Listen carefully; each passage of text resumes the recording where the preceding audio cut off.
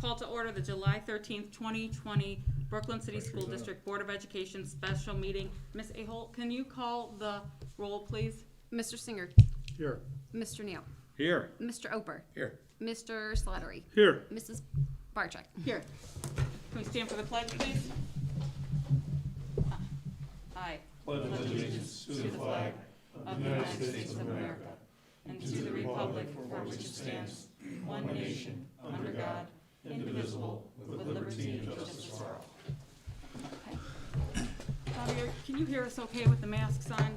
Okay. All right. Now we're going to turn it over to Dr. Ted Caleras for a report, superintendent's report. Good evening. Tonight, I really want to take a little bit of time to talk about some of the guidance that has been released regarding the schools. On July 2nd, the Thursday before the holiday break, Governor DeWine released two documents, one on the health and prevention guidelines for schools, and then that same evening, the Ohio Department of Education released the planning guide. So you have those, both of those documents in front of you. I did email those to you, I believe, in one of our board updates on this past Friday. Madam President, can I make a suggestion? The speaker can take his mask down as long as we all, the rest of us, have it on. That's I think fine. that would I'm make okay with, good- if you're okay with this, I'm I'm okay. fine. That's Take it Yeah, all I'm fine with down this. as I'm long fine. as everybody else has theirs on. Yeah. I think we should I'm be fine. fine, the I'm speaker fine. at least. Yeah. Everybody agree? Yeah, I'm fine with that. Jim? Yeah, Rick, that's fine. Bob? Yeah. Rob, I mean? You gonna be good with that? All right, Okay. let's do that, because we can't. You having Pull trouble it all hearing the me? way down. Yeah, You're okay. fine. So you have the guidance document, and that's exactly what it is. It's general guidance and guidelines that the state of Ohio has given schools, which leads for school districts a wide interpretation of what that looks like. This past March, the governor was pretty explicit in schools will close down for X amount of time, and he did that throughout the spring. So this time he did not do that. There were multiple stakeholders, I believe, involved with this process. So basically, it's guidance. There's the social distancing guidance, the sanitation guidance, the assessing temperature, the health assessments of both staff and students, and there's a lot of information to digest. The only requirement that he had in the document was that all staff wear masks while in school. He made a strong recommendation for grades 3 through 12, but he stopped short of making it a requirement. Did not really mention the pre-K through 2 range. My guess is that he went with that no guidance for the younger students, basically on the recommendation from the Pediatrics Association, which they have used kind of as their guiding platform to get kids back to school. That's one piece. So with no guidance or no specific guidance, you have lots of different school districts coming up with lots of different things. In front of you, I want to talk a little bit about the Ohio Public Health Advisory System. And I believe that's come out within the last maybe month to 6 weeks, in which Governor DeWine has discussed on a weekly basis the different counties and where they are in terms of their public advisory health risk. You can see there's 4 levels, level 1 being the least, level 4 purple being basically, and I'm reading per this document, severe, public emergency, severe exposure and spread, only leave home for supplies and services. So when I think of that level 4, I think of where we were at back in March and April and even May. The problem or the difficulty when you look at the county designation, they lump the county designation into one. So it doesn't account for what cases we have in Brooklyn versus other suburbs or even what's in Cleveland. So we really don't know from a data standpoint where the specific cases of exposure or diagnosed cases of COVID are. That being said, in the last, I'll just say a week or two, you've had a lot of school districts attaching their opening or reopening plan to this public health designation. And so this evening, what I'd like to do is talk about some of our options, some of the things we can do, we cannot do, and really just have a good professional discourse on what August looks like for our families. I want to notify families as soon as we can, because I think the sooner we can give families notice of what the year is going to look like, the better they're better to be able to plan for it. That being said, we know the day before school someone could flip the switch and we could be in remote learning. So tonight I want to talk about kind of our options and our planning of what those options are going to look like. Okay. Any questions before I start? Okay. So really what I'm thinking is, right now two distinct options. A all-in option where our kids are back to school Monday through Friday. Obviously, there are many details to be planned in terms of what does that look like, what does the social distancing look like, what does the sanitation look like, how are we going to manage kids from a day-to-day capacity. But I think that's one option. We're also going to have families who feel uncomfortable with bringing their child back, and I completely understand and empathize with that. And so I also want to give those families the option for a remote learning. The Caleres family decides, you know what, until there's a vaccine or some type of immunization, I really want my student to be online. I want to be able to give that option to families to also do that. Within the last couple days, I've been really thinking about, is there an in-between for us? And I don't know. My problem with, and I'll give you examples of in-between, you've probably heard this, hybrid models. School districts are coming up with 2-2-1 schedules. So 2 groups of students, so let's say group A, Monday, Wednesday, group B, Tuesday, Thursday, and then Fridays are remote. And all sorts of in-between. There's lots of discussion on what the hybrid becomes. I think the plan, from a planning standpoint, it's easy to plan normally. We know what school looks like when kids are back here. We kind of know what school looks like remotely. However, I want to talk a little bit about, I think there needs to be some changes in terms of how we instruct remotely. Because I think, and I'll just use this as a dad example, when my kids were in this past spring, they were 8th grade, 10th grade. They were remote like everybody else, but they were kind of going at their schedule as they see fit. We got through March, we got through April, I think if we ever get to that remote model again, I really believe that we need to have some type of daily schedule for kids, whether that looks like a modified block schedule or shortened periods. We need to have some semblance of, okay, when you're remote learning, here's your schedule, kids, and this is when your teachers are going to be online remote learning, so that we have some semblance of structure. Because I'll tell you right now, my kids flip their schedule pretty quickly. I mean, within 2 weeks, my kids were sleeping in. And again, that's just what kids do. But I think from a standpoint of that social emotional piece for kids, structure is a good thing.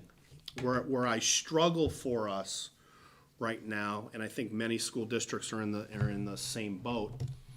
I struggle with that in between. So if we're going to assume that level 4, that public health emergency is like it was back in March, April, and May. That's an easy piece for us to say, I think, as a school district. If we get to a county designation of level 4 or purple, we would be remote learning, okay? I struggle with that level 3 piece because I struggle from going from traditional for 1 and 2, traditional for 3 and for level 3, and then automatically flipping to remote. I'm not sure, do we need that in between? Now that in between could look very different for us. It could be Monday through Thursday shortened schedule because what that level 3 indication says, limit activities as much as possible. And again, the governor has not given us the you will do this. I wish he would. I Amen. wouldn't hold your breath. don't I think know, he's going no, to. I don't and again, I don't anticipate that, but I also think you have a lot of different school districts doing a lot of different things, and from a staffing standpoint, it makes it easy for us in terms of our staff and everybody else's staff, because if we're all on one model, then it's easy to predict when teachers or staff are where they need to be because they have young children and things like that. So there's lots of considerations. What I'd like feedback from you is on some of our options, some of our models, and your thoughts in terms of what does August look like really for us when we start back. Now, I want to talk about the professional development side piece and what we need to do to prepare kids to come back, because I think, so back in March, all school districts were given 2 days notice. Governor came out on a Thursday, said, as of Tuesday afternoon at 3 o'clock, all schools will be shut down for 3 weeks. And we all guessed pretty quickly that we weren't coming back. And teachers, I think districts did a pretty good job of trying to adapt as quickly as they could with that short notice. My conversations with teaching staff and administration is we want to start the year kind of with that flip model. Meaning I'll use an example of a geometry class. Teachers teaching geometry, they're building that online platform from the start. So let's say we get lucky and we're in level 2 or level 1 and we're full go for a month or so. If teachers are building that online presence and that platform from the start, if and when we ever have to go to a remote or some type of hybrid model, we'll be able to flip the switch pretty quickly for kids. What I want to avoid is what happened in the spring for everybody. That chaotic 2-3 day of trying to prep ourselves to go online. If we start from the beginning, then that remote switch won't be bad. It won't be as bad as it was in March. And again, no criticism of anybody, that it was just the situation. So really want to hear your thoughts in terms of some of your input in terms of the model and the options, and kind of go from there. Well, I have a question about, you're talking about having the option of the families don't feel comfortable sending them Yes. back in, and I wholeheartedly, Yeah, myself, I support, luckily I don't have kids right. at that age and I have to make that decision myself, but are you anticipating, like, the teachers in the classroom teaching the kids that are physically here, and then the kid at home is actually following along during that class? So we're not like having teachers Yeah, teaching class during the day and then I see having it. I to- see some type of collaborative effort. Now, would they be following the class during second period? We still got to work out those details, but I do not want to go down the path of purchasing a separate program for kids, because here's the thing: I want kids in front of teachers. Right. I think that's when our kids learn the best. When we get the most out of kids. We have a great staff. They're dynamic, and I want kids in front of teachers. So I see that mutually. Do I have the details on what that looks like No, yet? I didn't expect you to. No, but now what I would say is So in a remote model too, so let's say the Caleres family chooses to take that remote option.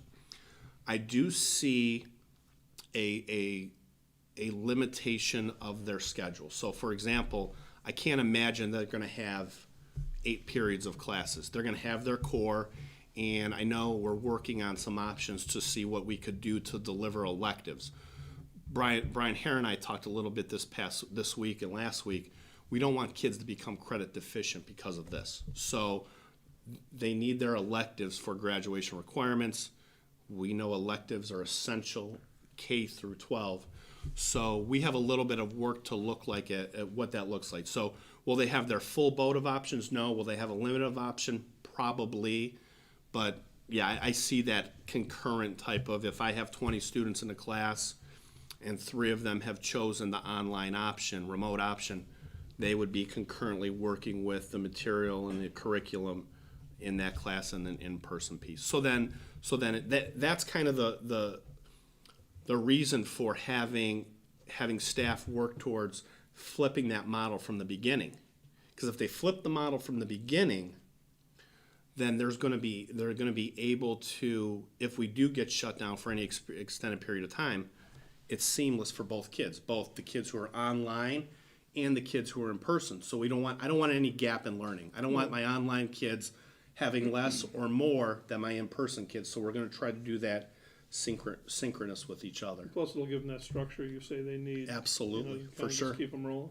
What Yeah. about kindergarten through 3rd grade? What are your thoughts there?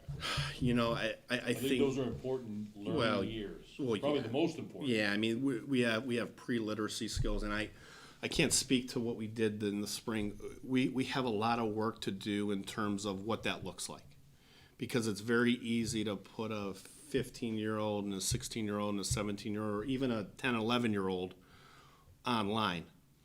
My thought is if we have primary students parents that have chosen that online option, then there will be some adult presence obviously at home to help with that piece. So, but we have to really look closely at what our primary model becomes for our online students, and that's whether we're traditional, because even if we're traditional, we're going to have some students choose that online option. I'm pretty convinced of that. But even if we go to remote at some point, flu season hits us again like it did last year, we're going to have to make sure that K through 3 remote platform is up to par for families. So, but there's work to do on that. Yeah, for sure. What do you think of, because I've talked to a handful of parents, since all this started, and some of them want their kids to go back like today. Sure. But thinking about some sort of tutoring and Rick has actually done this, and it doesn't go as far as like the literacy part of it, because I'm not saying they're illiterate, but teaching a kid to read. When my daughters were younger, I swear they went to school one day and then they came home at the end of the day they were reading. Right. It seemed it was like that quick. Right. Could we set some sort of hotline or some that kind of the hot ticket label of things of calling in and saying, hey, listen, or just how do I do this? Yeah. So for the teachers to kind of aid the parents a little bit. Absolutely. So we talked a little bit about the parent side and making sure parents are comfortable with the technology and making sure they're up to par. But yeah, we've had those conversations too. Excellent. For sure. Thank you. We need to make sure our Chromebooks are in place too.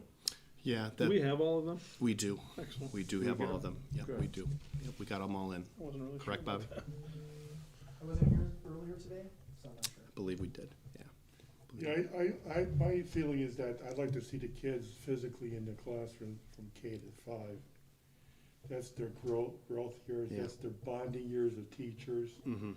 I think the learning experience is that the kids have to respect understand and respect the instructor, the teacher. And if you don't have that bond, you're gonna have difficulty down the road, so. Correct.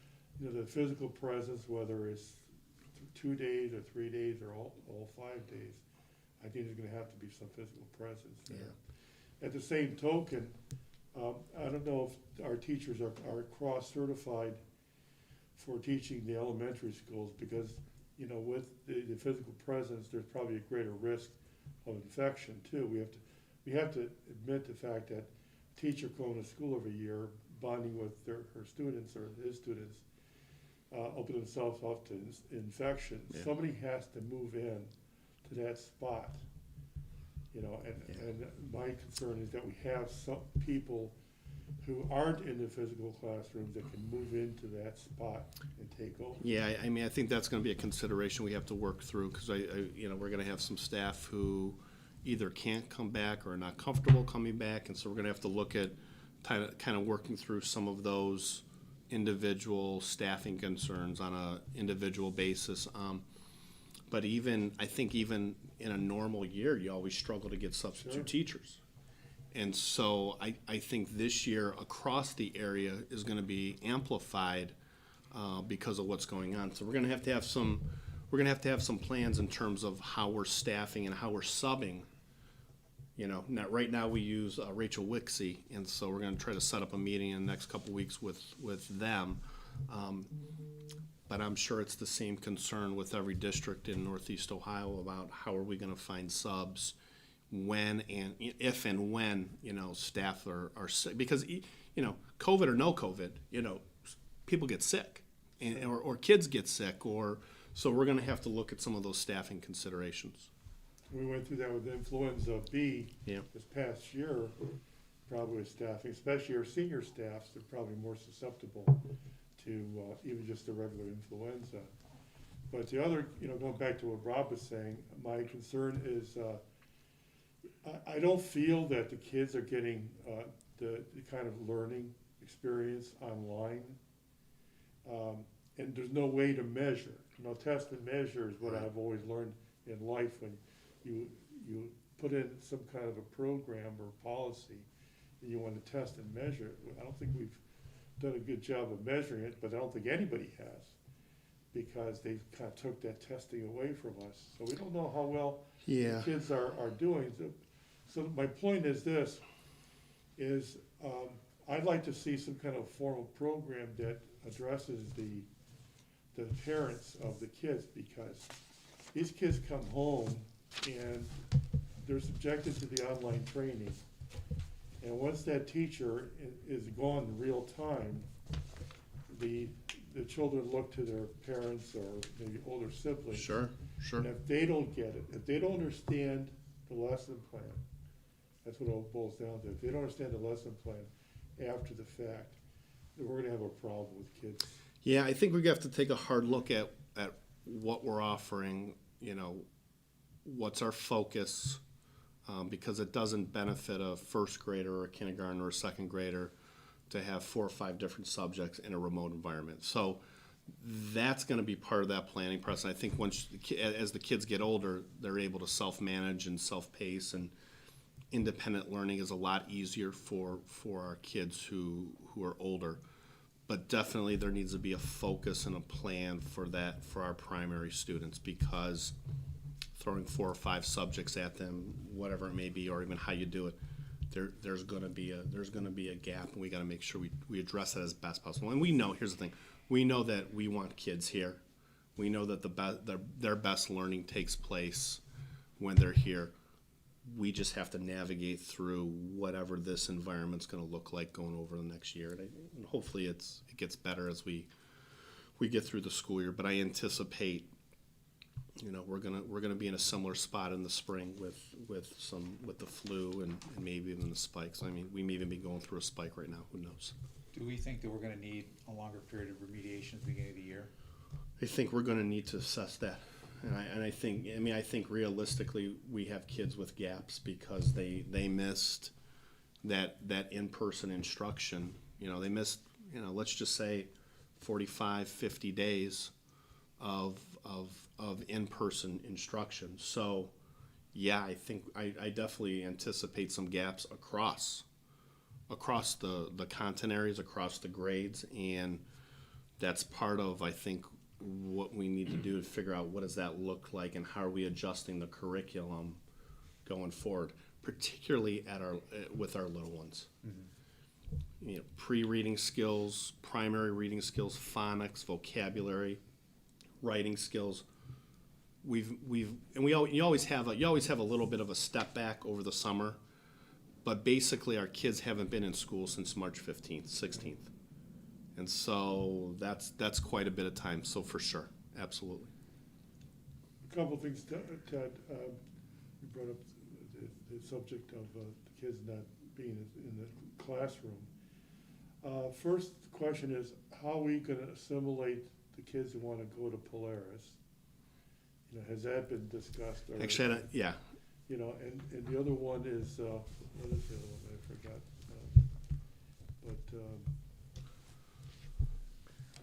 Start dates.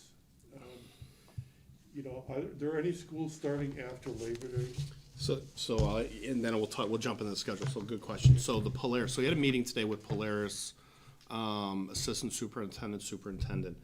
Basically, they haven't put out the guidance yet because they're really looking to see what school districts are doing. They're looking at, and I'm going to paraphrase here and not hold them to it, but right now they're looking at some type of 5-day in-person schedule, but that may look very different than what we would consider an in-person model. They're talking about some online instruction, but they're also talking about lab days. And Mr. Oper, you can jump in too on this one, because here's the thing. If you have a young man or young lady in the cosmetology program, Mike Shepard brought this example up today. At some point, you need kids cutting hair or doing what they need to do in person. So they're looking to build their schedule. I'm gonna kind of a very college-ish type of schedule where remote learning, but they're planning for some in-person lab time with kids, because otherwise they can't get their kids their certifications. So they're really waiting on guidance. It's us, Olmsted Falls, North Olmsted, Berea, Strongsville, Fairview. Is that it? Did I miss one? That's it. And there's a hodgepodge in there. So Olmsted Falls, I think North Olmsted, a couple other schools are thinking about that three-tiered model. Myself, us, and Strongsville kind of considering that two-tier model, but it's all in flux. So they're really kind of just waiting on guidance, but they're looking at kids being there in some form every day so they can get that lab time. Okay. Maybe do smaller classrooms. Smaller classrooms, More yeah, classes. The original thought, if you had 20 kids in a class, that 10 of them, let's say Monday, Wednesday, 10 of them would be there, and the other 10 would be doing the same work at the same time online, and then you switch it Tuesday, Thursday. Right. And then if you can build in that lab so you have real separation of the kids. So you split the smaller classrooms, less Correct. risk of infection. Correct. Yeah, but they need kids there to work in their programming, for sure.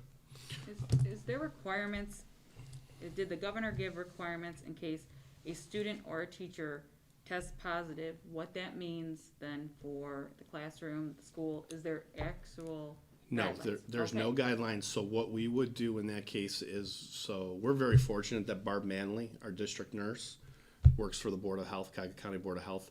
So in that case, we would look for guidance from the Board of Health in terms of an exposure or a confirmed case.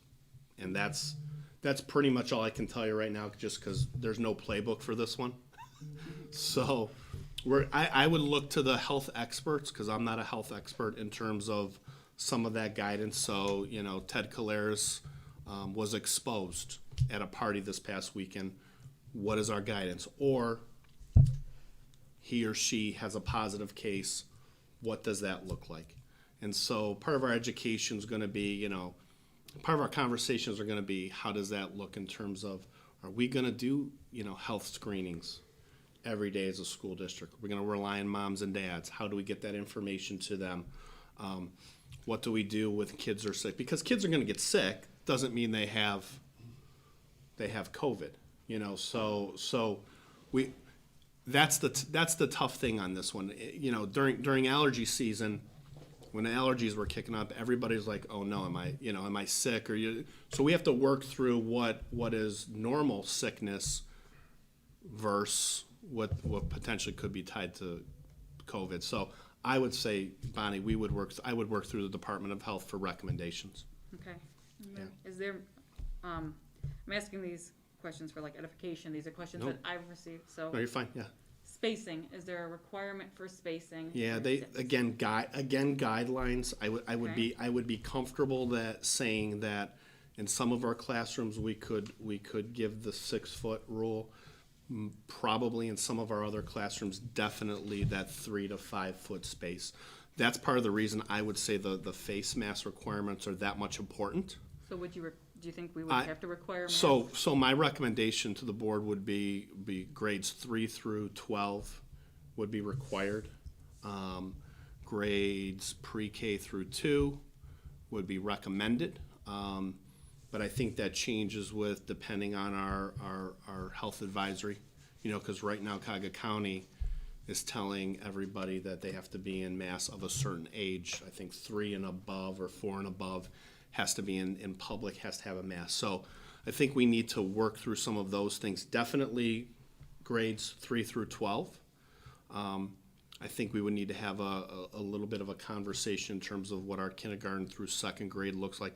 And here's the thing, there's some exemptions in the guidance, what I would encourage you to look at, health reasons, things like that. We'd have to look at those on an individual basis. And, you know, part of it is some of our, especially our primary teachers, you know, in their teaching, they're gonna probably look to use those face shields, because that's gonna help with enunciation and the phonics piece in terms of that those pre-literacy skills. So we're gonna have to work through that. Where we can't give where we can't give that minimum social distancing requirement, for sure, absolutely, we're gonna require kids for masks. Yeah. Masks or shields? Or shields, correct, or shields, absolutely, yeah, absolutely. And the biggest issue coming out of this meeting tonight is to the parents that the administration is working through all of this. It's not an easy task. We're gonna do it as fast as we can, and we'll do the best we can to get them the information as fast as possible. Yeah, and I'm hoping to have some semblance of a plan out within the next week, and then the details we're going to work on. So our first work group meetings with pre-K through 5, 6 through 8, 9 through 12 are tomorrow, and I'm running those. And we probably have good 50 teacher staff members combined, part of those work groups. We're going to do a lot of this. We're going to do a lot of talking, and I'm going to do a lot of listening. The building principals are going to run the subsequent meetings afterwards. So what I've asked the building principals to do is to come up with recommendations. And they're going to come up with recommendations on what the day-to-day, the logistics, the educational, instructional piece, what all of those look like. I've asked Mrs. Kalish and Mrs. Jones also to be part of that. Mr. Smith's going to be a part of that from the tech side. And so we're going to try to consider everything, knowing that we're going to probably have to make adjustments as we go along. And obviously, at this point, this is where we're asking the teachers, if you have an issue about coming back into a full-fledged school year, now's the time to voice that. I would talk with them on an individual basis. Okay. Yeah, because I think really what we need to do is we need to come to some agreement so we can notify the community, because I think that's an important piece. I think here's the thing, I don't know if there's a right or wrong here, because we've been given the guidance. I think what we need to do is assess what's best for our community, in that making sure our staff and our kids are safe. And so we got to find the balance in doing that. What about, I was asked, are you considering assigning specific teachers to do just online? That's yet to be determined, because I don't know how many we're going to have. Okay. I think, Mrs. Kalish sent out a survey this past spring with an idea of, okay, how many parents would take advantage of the online option only. What I'd like to do is I'd like to announce our plan and then send out another survey following that, so we can get a true idea of, okay, I have 5 kindergartners, 10 second, 15 third, and so on and so forth. And so based on those numbers, then we can start looking at staffing. We can start really determining what does that plan look like. Maybe, for example, one teacher gets assigned, let's say it's all second grade, one teacher gets assigned all the online students. We don't know that. We want to work through some of those issues I want to work through those with the principal and with the teachers to find out what that looks like. It's almost gonna be tailoring like individual IEPs for everybody, I- tailor the teachers to the. I think so. Yes. I think we need to have some flexibility because we just don't know. What I would say too, if we're lucky enough to open up full and parents are in that online commitment or the remote commitment, I would ask parents to commit for a quarter. Give them a little flexibility to get out mid-year if they want to come back, if their circumstances change. But I think the quarter ebb and semester. flow of back and forth is probably not good. So I think I would ask for a commitment from families if they chose that online remote option, a minimum of a quarter, and then they could reassess after the end of the grading period. Is the state changing any kind of, I know you kind of touched on it briefly, with requirements for just passing a grade or graduating, for like, say, phys ed? I mean, They haven't, that's gonna be a local determination. They've relaxed some of their rules in terms of testing requirements. They did for last year. We haven't seen that guidance yet on what testing looks like for this year. So I don't know. I mean, they've given us other options. I don't anticipate our options preventing kids from, I think we have enough options for kids to make sure they graduate or have the opportunity to graduate. Okay. Yeah, for sure. But I don't know where we're at with testing yet.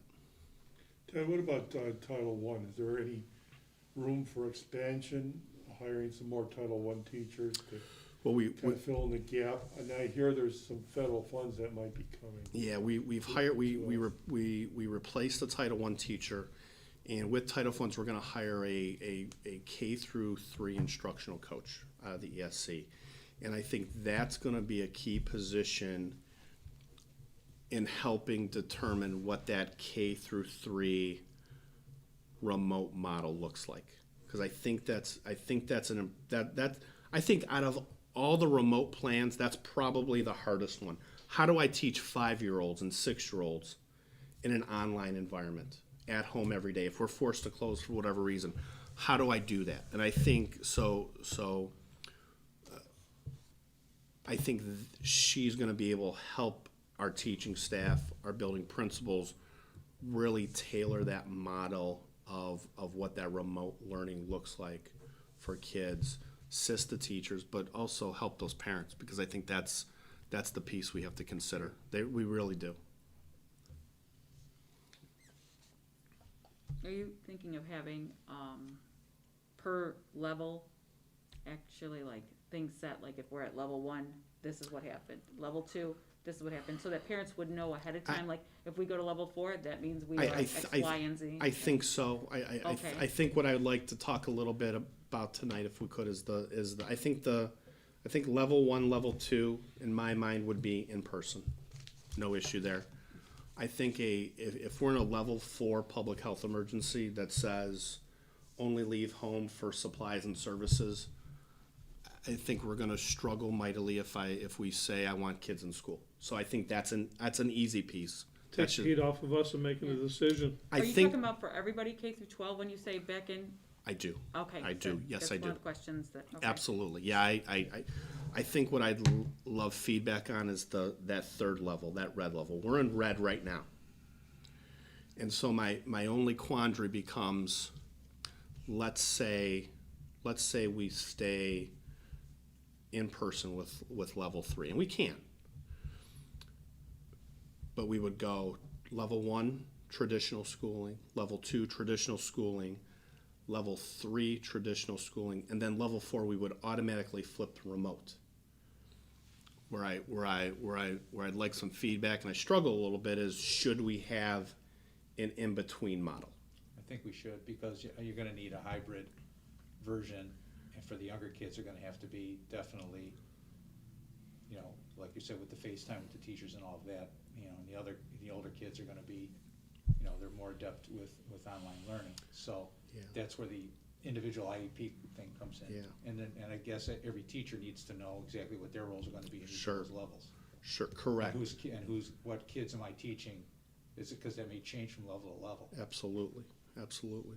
'Cause Yeah, I agree with that, because I think if you don't have a hybrid model, you know, you go, we call it cold turkey. Right, You need some kind of transitional, program to avoid the shock. You know, you go from seeing your buddies to going to school, seeing your teacher, and sitting down at your desk, and then all of a sudden, you know, your parents tell you you can't go back to school. right. And there's a shock involved in there, a lot of anxiety, and we need to find a way to minimize that, Correct. that anxiety for both parents and the students. Are you talking about a hybrid model, or are you talking about, and I'm asking, like Jim and Rick, are you talking about having a hybrid model for level 3, or are you talking about having an online option? Are you Well, I talking mean, about? there would be an online option, obviously, there's gonna be online options for parents if it's a level 1, because Yes. they just are afraid, and like I said, you have to tailor, each kid's gonna, like I said, kind of have their own IEP, is if they wanna stay home, and there's no buts about it, I mean, it's gonna be their choice that they're gonna wanna stay home. I think, so in my mind, level 3 means we have to limit activities, we have to limit exposure. Again, not a health guy here, not a health expert here, so I'm just interpreting our color coding system here. But I try to balance that with, I need kids here learning. And so part of my thought initially may be, do we reduce the school day? Do we do a Monday through Thursday, we reduce the school day and do an online option, remote learning on a Friday? Or something of that, you know, for example, Cuyahoga Heights, where I'm coming from, they're gonna do Monday, Tuesday, Thursday, Friday, in-person option.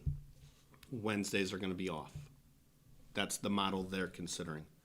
So Ms. Barczyk, that's kind of what we're thinking. And so is there some type of in-between, middle ground between fully here at school and remote, that we can say to parents, if we're at level 1 or 2, we're here.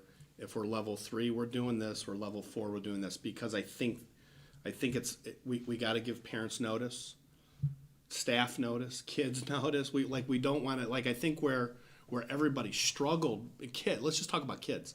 Where kids struggled back in March was, and I know that happened here in Brooklyn because it happened in Heights. My daughter was in a play, getting ready to go to a play on Thursday, getting ready, and then done. So no closure, no anticipation, no type of preparation for kids. I think we have an opportunity not to do that right now. And if we can prepare what that plan looks like, I think that's important for all kids. Because it's easy to explain to a 17-year-old what the schedule looks like. It's really hard to tell a 6 or 7-year-old what that means.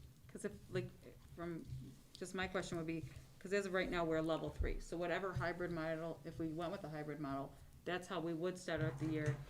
Or if we go to level 4. Depending, right. I don't think we're going to level 1 or 2 by August. It's just my I personal would opinion. agree. I would don't agree. think so. I would agree. But I would also say I want kids in school. That's what I'm saying. So whatever hybrid, if we decide on for 3, is basically, we're kind of discussing on how we would go back if we're at level 3, Yeah. or if we would. That's what I'm saying. Is that where you're looking for guidance? You want? I'm looking for your input in terms of I mean, we're gonna be in a hybrid anyways, for the simple fact, there's gonna be a percentage of the parents that don't send their kids back. absolutely So correct. we're already gonna be in that. Absolutely, So- we're going to have some semblance of our students in that remote environment. And plus, we're taking what we did good and what we did bad, and we're learning from it from this spring. I think we have some. I think we have. I'm not necessarily in love with the 2-2-1 approach. So a Tuesday, Thursday, and then I'm in Group A Tuesday, Thursday, and then I'm remote the rest of the week. And then if I'm in Group B, I'm a Monday, Wednesday, and remote. I'm not necessarily a fan of that because we have we have to consider some family dynamics. I think that's an important piece. That being said, we also have to take the safety and health, and again, what does that look like for us? You know, we're going to start our work group conversations, but I want to have some semblance of this is kind of our thought process going forward in terms of what does it look like. I want to give parents a schedule. I want to say, if we're here, we're doing this. If we're there, we're doing this, because there's planning. Because parents are working. We have to give it. So if we're off every Friday, They know. they know it. They know it on July 23rd, and so I know that, okay, I gotta have something tentatively in my back pocket that. And again, I would say we have to do it. We have to do it K-12, because I'm sure we have situations where older siblings are watching younger siblings, and so we want to make sure that there's that dynamic intact. Because I don't want to have the high school on one day, elementary on another day, because again, parents rely on older siblings. My kids are saying parents rely on older siblings from that supervising standpoint if parents are at work. If we were in some sort of format like that, would you still consider Fridays would be just not an in-service day, but a day for the teachers to work on bettering their formats online, whole nine yards? That's what I would recommend. If we're in level 3 red, I would say everybody's here at work, and we're working on the online platform. We're does that become office hours for our high school kids? Something where there's some interaction, opportunity for kids to learn, interact with the teachers, but also giving staff that opportunity to prepare.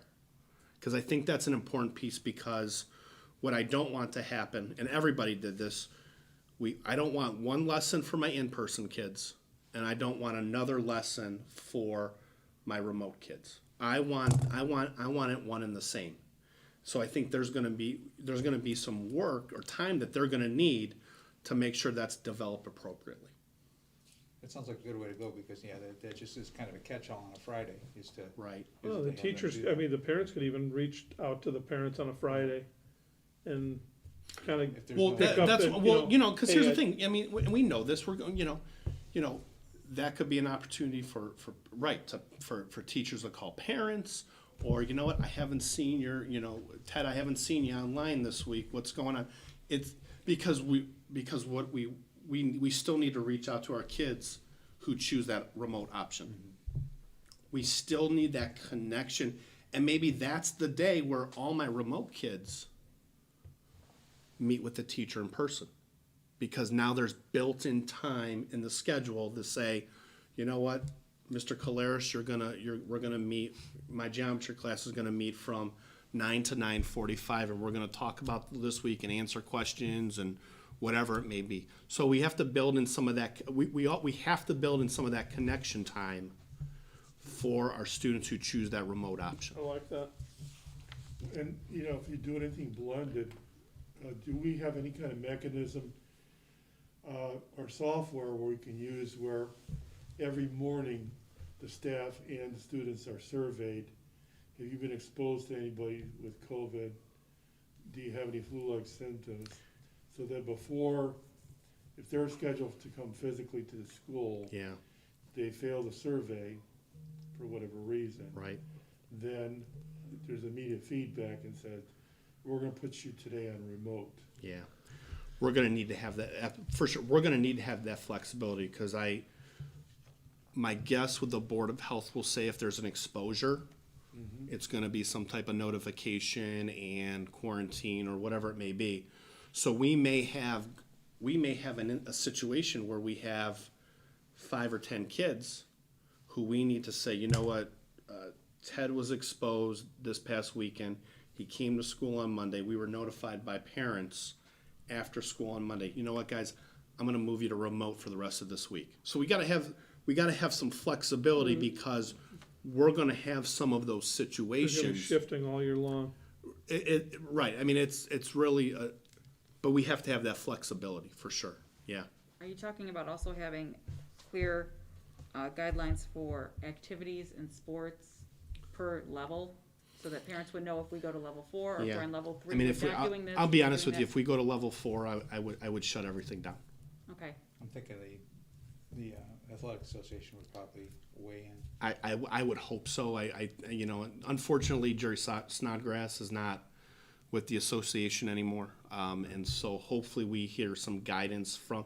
But right now, they're going forward. I mean, they're telling us right now, August 1, Rock, you know this, August 1, they're going to have sports and this and that. But if we're a school district in remote, like in level 4, I'm gonna be very hard pressed to say we're remote only, and then, oh, by the way, you can show up for whatever practice. So I think there's gonna be some clear guidelines for us. Right now we're in level 3 as a county. I know Mr. Verba's working with the coaches on practices and safety protocols, so that's working right now. So I see anything from level 1, but we're gonna have situations where school districts may not participate this year because of whatever their situation. We're gonna have to be flexible with that too. That was one of the questions I've been asked by parents. They wanna know if a family chooses online, if they are still eligible for activities and sports. They will. Okay, because they wanted to know, okay? Yep, they sure I mean, will. just thinking about sports, like, looking at this map, like right now, you know, we're in, the red, which is number 3. Yeah, Say if we were even if we're in 3 and we're gonna go play, say, Summit County, and they're a 1, they may choose not to have us come down there for the game. they may not. You're correct. What- They may not. And Right. do we have guidelines right now about how many kids you can put on a bus? Again, the state did not give us any guidelines. So my recommendation would be 2 students per seat with face coverings all the time. Now, again, I need to speak with Parma in terms of what some of their guidelines are that they're gonna have Right. with their transportation. So right now, that's my initial thought. Otherwise, I don't know that we can transport. I mean, if you go to 1 student per seat, I don't know that we can transport band to a away football game. You know, so we have to have some And that's clear. already been thrown out on social media. Yeah, so. but these are questions that they've already asked. They wanna know if like certain, you know, if we have. We're gonna like- try. I'm gonna try to do. We're gonna try to do everything we can for us to be as normal as we can, whatever normal means now, but also the safety piece, you know. And so I'm gonna be pretty. I'm gonna hold a pretty firm line with the mask piece because I think that's important in terms of there are some rooms where I'm not gonna be able to spread kids out 6 feet, and so in those cases, this mask is that safety precaution so that I can have kids in class, and so that's gonna be a pretty firm line for me, and I'll have conversations, or building principals will have conversations with parents, but you're gonna have parents who are on both sides of the fence with it, and I understand that.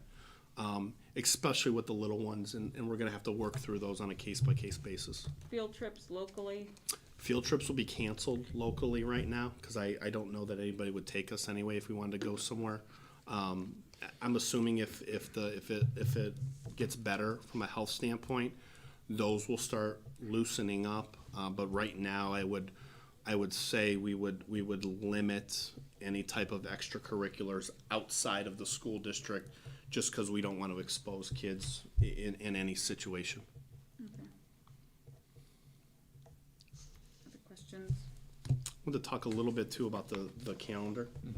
And so I think this is so I've been working with Mrs. Blom and Mr. Keller on kind of an adjustment to the calendar. And so part of, you know, kind of going with that flipped model in terms of having teachers prepared, we wanted to provide some professional development and planning time for staff before we get kids in here, number one. So it's changed a little bit in terms of we've added some, if you look at the week of the 24th, we've basically added 3 professional development days.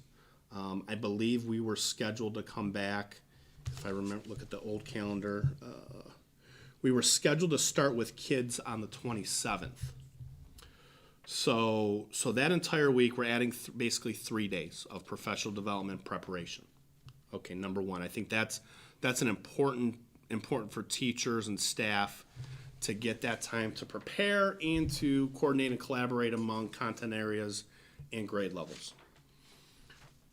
What I'm also thinking too, like I struggle with just flipping the switch and saying, everybody in the district, welcome back on August 31st. I think there's going to be a lot of anxiety in terms of what that looks like. But I also want to be able to work through some of the logistics of, because we're going to have to work through logistics of what does recess look like, what does lunch look like, what does hallway transition look like, what do all of those things look like, and we're going and building principals are going to need time to develop those plans, which they're going to do in July and August, but also teach kids. There's a social emotional consideration that I'm really concerned about. We have kids who have been, some of them have not been back in the building since March 16th. So there's going to be anxiety, and truthfully, we're going to have some staff with some anxiety, and we want to make sure that transition as smooth as possible. So what I'm thinking is right now, I'd like to have the committee, the building principals, work on a transition plan, an orientation schedule the week of August 31st. Meaning we would have X grade levels in on this day, X grade levels on this day. And so it's so as we get, especially in our transition grades, our kids going from high school, from 8th grade to high school, or from 7 to 8, and even from 8 to 9. We have some senior conversations that probably need to happen. So I'd like the principals to develop some type of orientation schedule for that week. We're going to have kindergarten screening going on that week, getting our little ones in.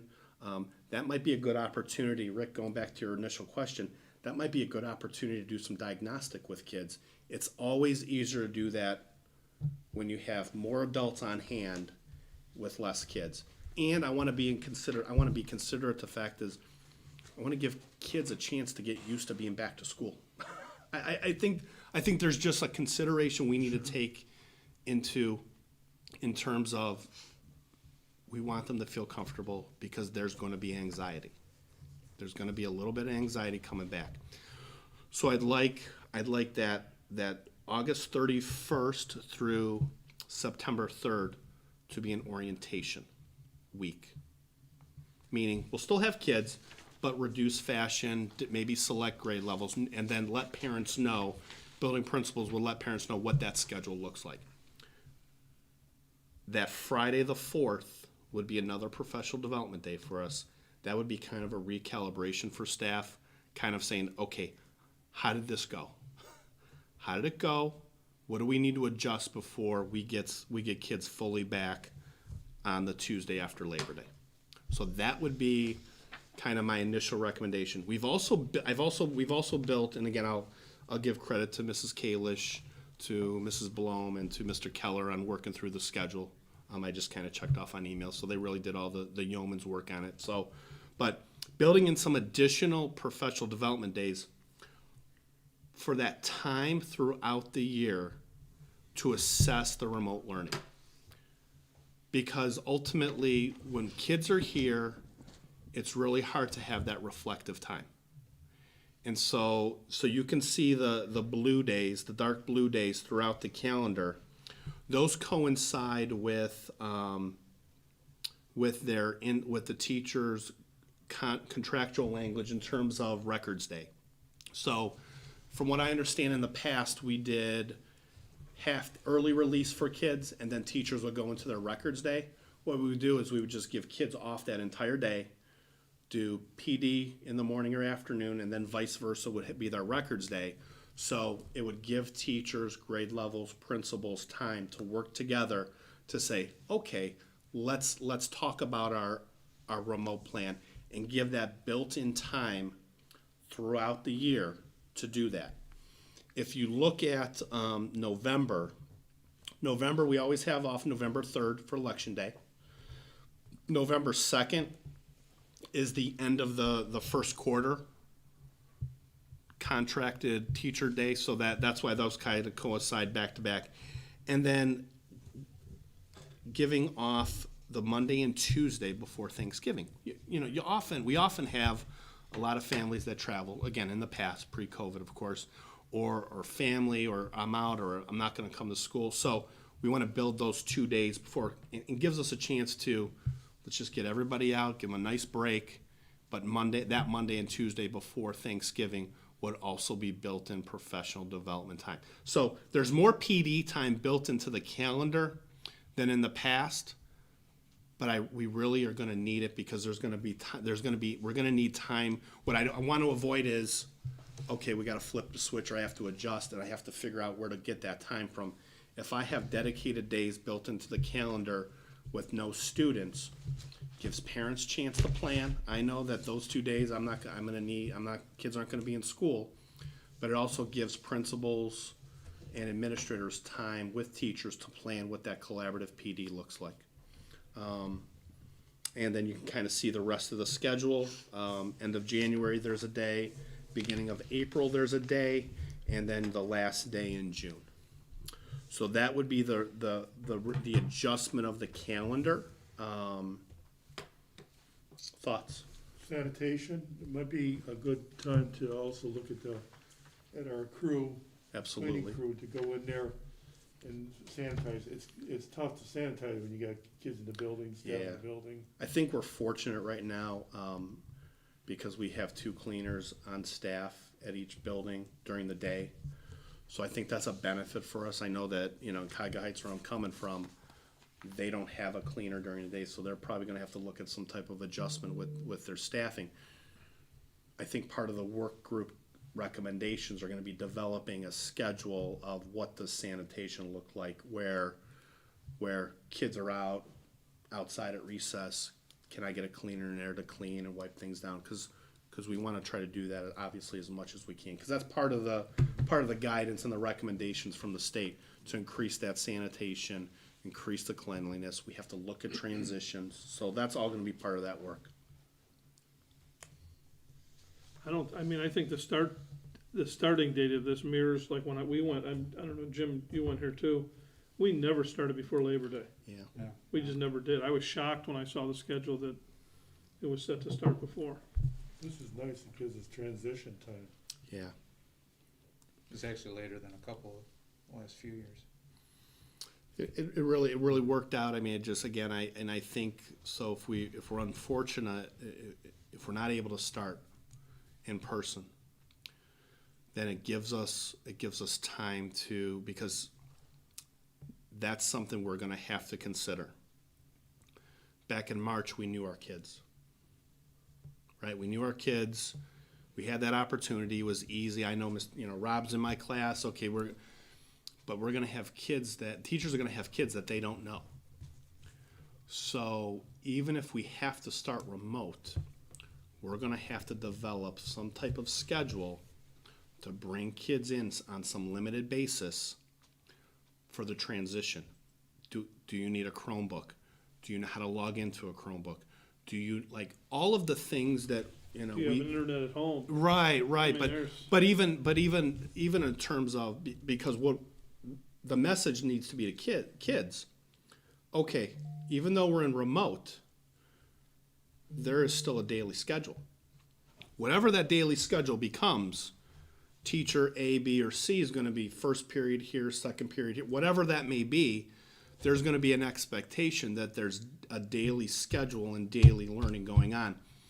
We need time, if we start in remote, to send that message to kids, to make sure that they understand, here's the high school schedule. Here's the middle school schedule. We need to talk with moms and dads for our youngest learners to say, Mom and Dad, here's that expectation. So we need to work, and I think those first 2 weeks, that first week last week in August, and that first sort of week in September, gives us an opportunity to have some of that orientation conversations. I think you have to extend that all the way through high school because For sure. I know we have high school kids that basically parents had no clue what their schedule was. Yeah. Or So what their classroom was. we're going to need a little. So, and I think that's going to be part of that orientation anyway. Of, okay, if we have to go to remote at any point this year, here's your remote schedule. And so, because following these designations, there's a disadvantage. From 1 week to the next, it could change. Right. So we're going to need to be a little bit flexible of, okay, there's going to be a message coming out from Dr. Caleres For the week of August 31st, we're on Plan C, remote learning. Make sure you have that. There's going to have to be that designation. We're going to have that flexibility. Hopefully it doesn't flip back and forth from week to week again, but I think we're going to need to be a little bit flexible in terms of how that looks, because if we're going to use this public health advisory system as guidance for us, which a lot of other districts are doing, I think it's important that we have that flexibility, but we also prepare on the front end of what that looks like. And if we go into a level 4 or stay at level 3, it's weeks. It's not gonna be Absolutely, for sure. on Tuesday and then by Thursday or Friday. I mean, if we're going to remote learning, we're going to remote learning for, I would say, the better Weeks. part of a month. Exactly. So, but that'll also be clear for families, knowing that again, we're going to have a real tough time if the state's saying only leave home for supplies and services. Well, you can't come to school. Here's what it's going to look like. But we're The going to. best part is it's not us making that decision. So, Yeah. I'm not making the level decision. And again, I think I think you can read data lots of different ways. But if the governor is saying this county is in this designation or that designation, at least it's a good framework and good guidance for us to do that. What about the Chromebooks? Do you have any thoughts about, like, are you gonna send them home with the kids if we go remote learning? Or the kids who decide to do all remote learning, I will they think be we have. I assigned? think we have about 100 out right now. Is that correct, Bob? Ish. I think it's 300. Is it 300? Okay, so we have some out now. I think there's going to be a part of getting some of those back, making sure they're maintenanced, getting kids who really need them, the ones that are up to speed. So there's going to be a little bit of transition, but that's what that transition is for. Okay, who needs a Chromebook? Who doesn't have a device? What does that look like? We got to do a little bit of bookkeeping and note keeping in terms of who has a device, did we get it back? So there's going to be a little bit of logistic piece of getting kids, families, what they need to start remote learning. I think you need the Chromebook to have them affirm the fact that, number one, that if they're in a combination of remote and person, that they have been exposed. Certification from the parents saying that they know their children are sitting in front of the Chromebook and learning.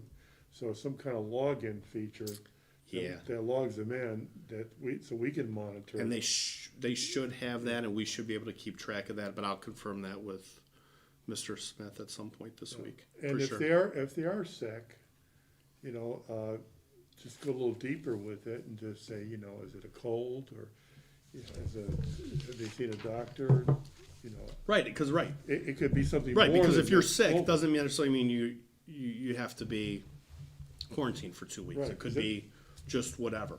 Right. Sure.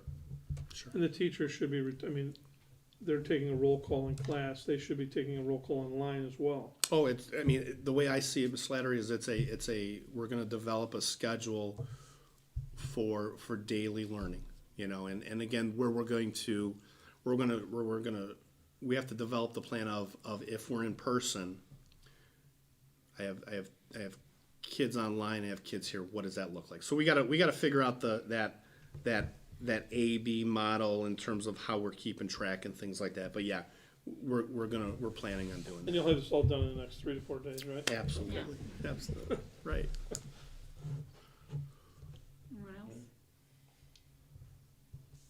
I think one of the things that will really, parents will benefit from making their decision on whether to do remote or in-person learning is what level of health checks we're going to do. For sure. Because I've been asked that by parents, if we are going to take the kid's temperature, because that was, one of the things that was asked of me was that if we were gonna do that, because they were concerned that, if parents will say, oh, well, they didn't have a fever, and then Sure. then you're getting more exposure, more possibilities of it. Yeah, and again, I think we're gonna have to work through some of those things. I think in your self-contained classrooms, that looks a lot different than your high school kids coming in, and so we're gonna have to develop. If we can do it, I would like to do it. I want the committees to work through that logistic piece, because I agree, there's gonna be, I wanna make sure that if we say we're gonna do it, we're gonna do it. And then if we do it, okay, what supplies, resources, and what staffing needs to happen, because right now we have 13 or 1400 students coming into the district and leaving the district at the same time every day. So it has to be manageable. We don't want lines out every door doing this. So we got to make sure it's something manageable, and we have to work through some of those things. But yeah, no, great point.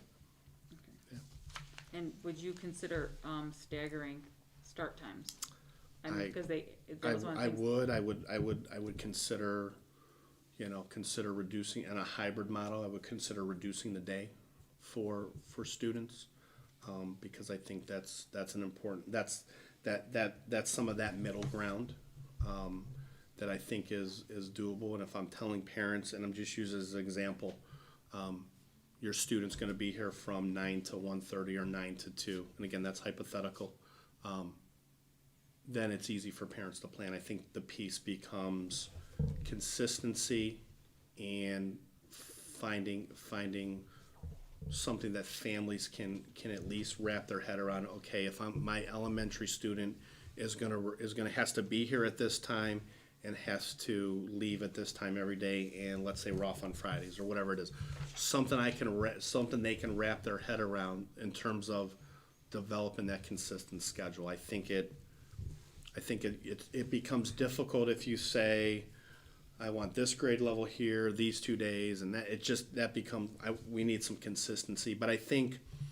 reducing the day for kids fits that definition of limiting activities.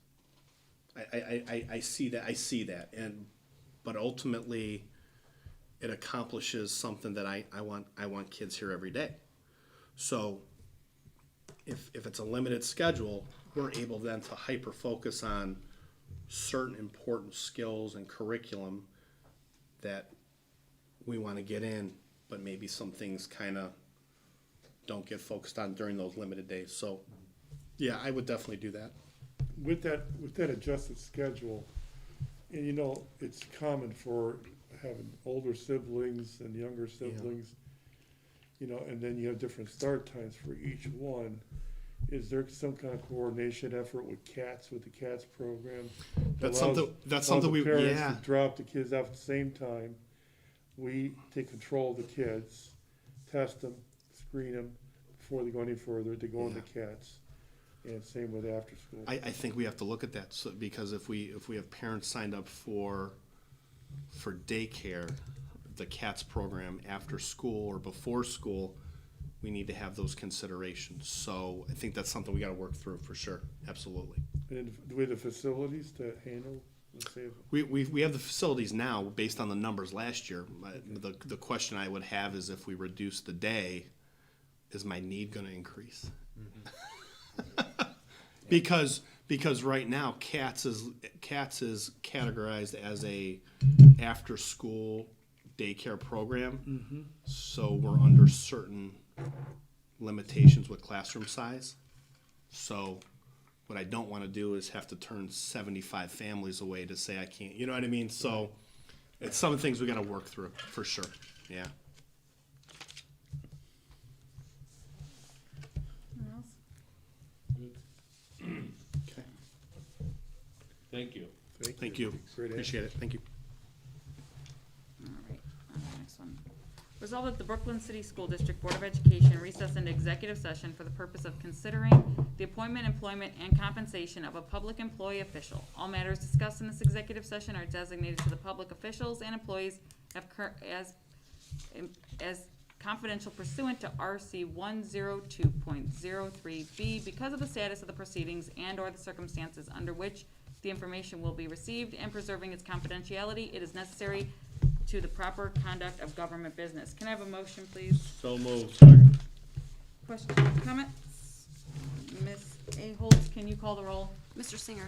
yes. Mr. Neal. Yes. Mr. Roper. Yes. Mr. Slattery. Yes. Mrs. Barcheck. Yes. And when we come out of that, we're not doing anything No, else? we won't be, when we come out Gotta of, make that announcement? yeah, when we come out of executive session, we will not have any other purposes. 7:16. Thank you.